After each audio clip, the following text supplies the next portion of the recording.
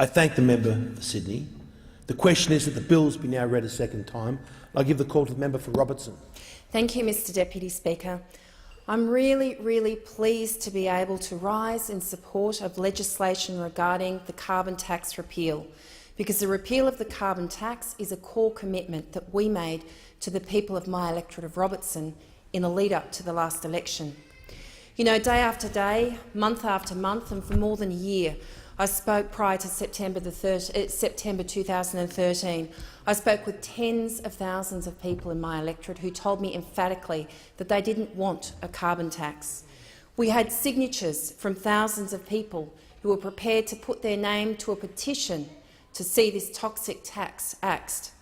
I met with people in their homes in Greenpoint, Point Frederick, East Gosford, Carryong, Point Clare, in cafes at Erina, in Woy Woy, in Gosford, at Terrigal, on street corners at Yamina, Avoca Beach and Kincumber, and indeed in people's local businesses right across the coast. And the overwhelming response from people on the Central Coast was that they did not want a carbon tax that before the 2010 election we were told would not be implemented until after the election, when all of a sudden it was. And the overwhelming reason behind this determination from people on the Central Coast to see the carbon tax scrapped, Mr Deputy Speaker, they told me, was the impact on the cost of living, especially on their electricity and their gas bills, and also the impact on jobs. Cost of living and the need for more local jobs in my electorate are two important concerns, and today I'm proud to stand in this chamber and say to the people of my electorate that this bill is the coalition government's bill to reduce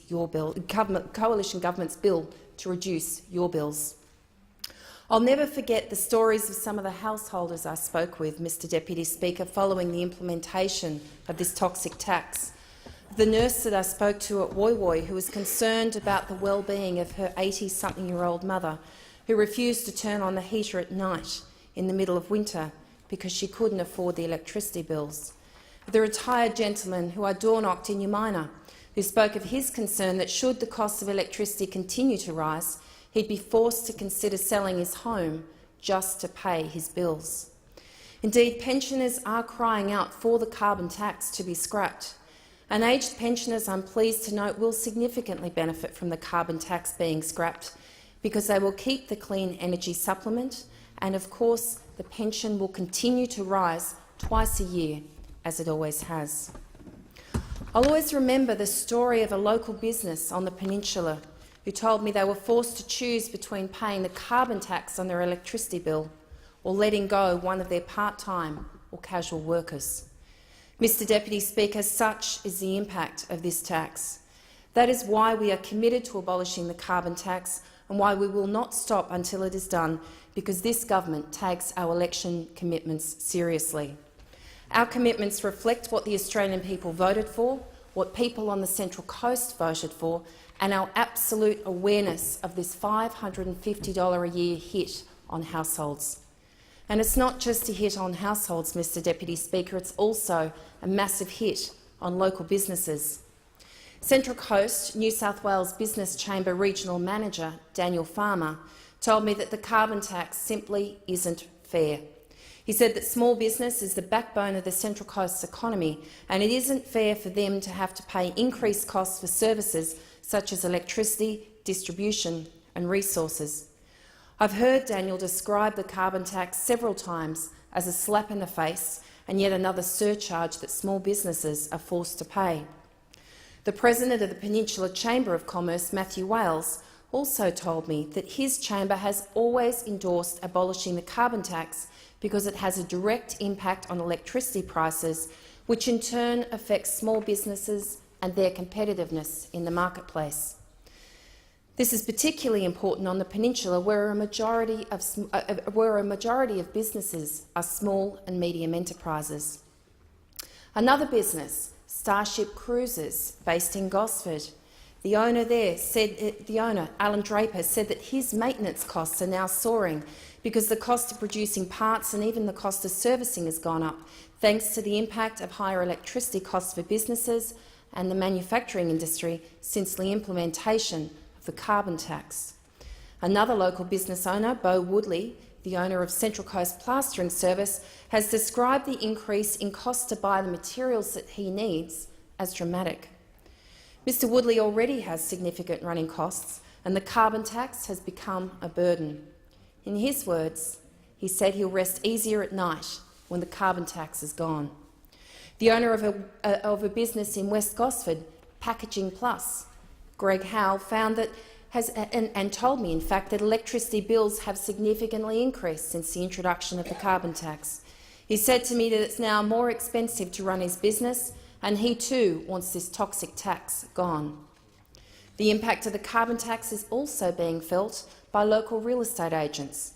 Kerry Ryan, the owner of Ray White at Kilcare, is apprehensive about future annual increases in the carbon tax and how this will affect bills unless we scrap this tax, which is why I'm so pleased to support the Carbon Tax Repeal Legislation that is now before the House.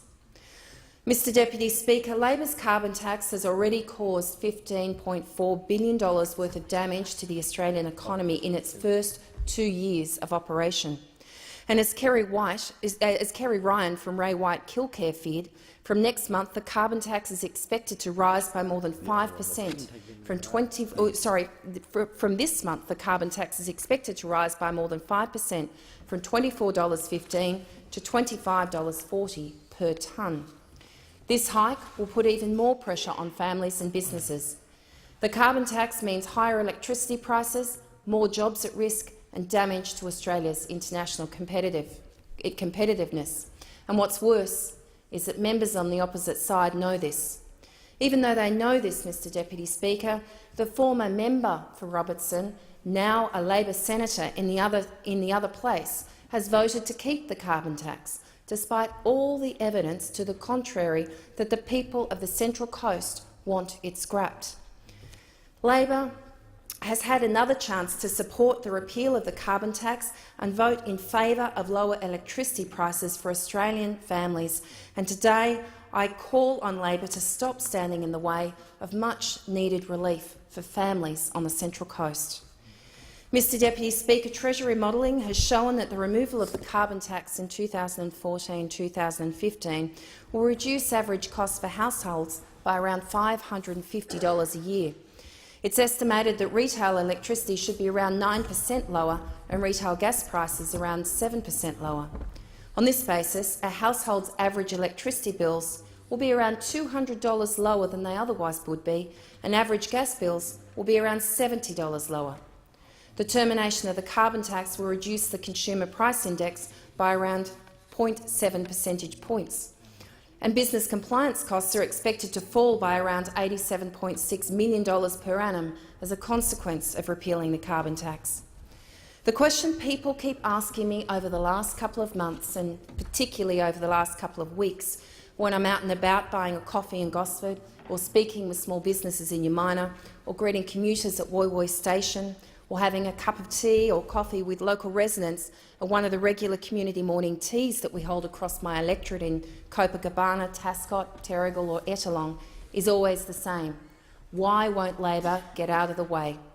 The carbon tax just doesn't do what Labor and the Greens claimed it would do, because in its first year it raised $7.6 billion, but emissions were almost unchanged. And looking ahead, domestic emissions are projected not to fall as those on the other side of the House claim is the reason that they're clinging to this toxic tax. Not to fall, but in actual fact to rise. To rise, Mr Deputy Speaker, under the carbon tax from 560 million tonnes in 2010 to 621 million tonnes in 2020. Mr Deputy Speaker, this is a tax that impacts on the lowest income earners in our society, but it just doesn't do the job it's supposed to do.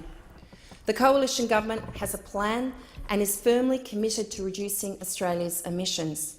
We are determined to meet our target of being at 5% below 2000 levels by 2020. To achieve this, our direct action program will see us plant more trees, capture more carbon in soils and clean up power stations. We're proposing to invest some $2.5 billion in practical measures to help the environment and not to harm our economy in the process. I've been out in the ground in places like Copacabana, McMaster's Beach and Erina Creek, working with local community groups to help clean up our environment. Some of these areas may well benefit under the Coalition's Green Army program.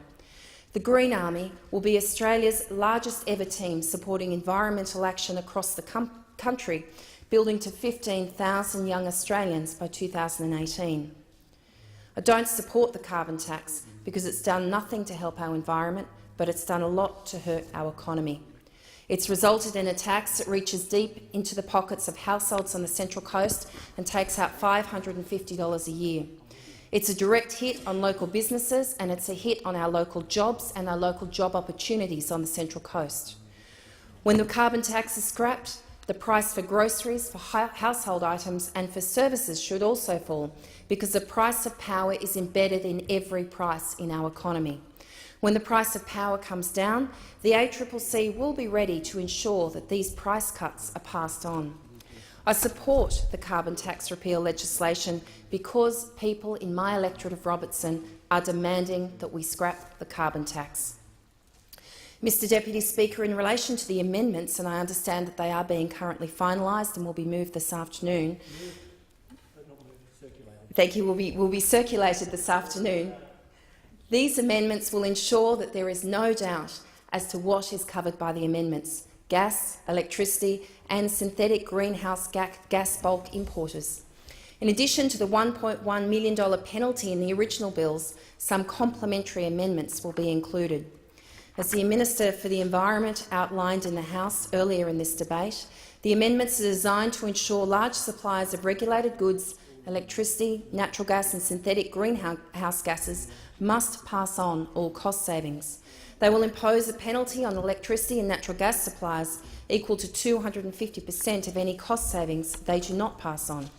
They require electricity and natural gas retailers and bulk importers of synthetic greenhouse gases to inform the ACCC and customers about how they are passing on cost savings. Mr Deputy Speaker, businesses should be able to explain to customers how changes in their costs are flowing through to changes in their prices. The government is aware that major electricity and gas retailers are already committed to providing this information to households and businesses on bills, inserts and websites. In conclusion, I restate that this government is determined to repeal the carbon tax. Every day the carbon tax stays in place costs Australians $11 million per day on their power bills. We are voting to scrap the carbon tax because that is the best way to take pressure off families, particularly families on the Central Coast, as well as help the economy. And I commend these bills to the House. I thank the member for Robertson. The question now is that the bills be read a second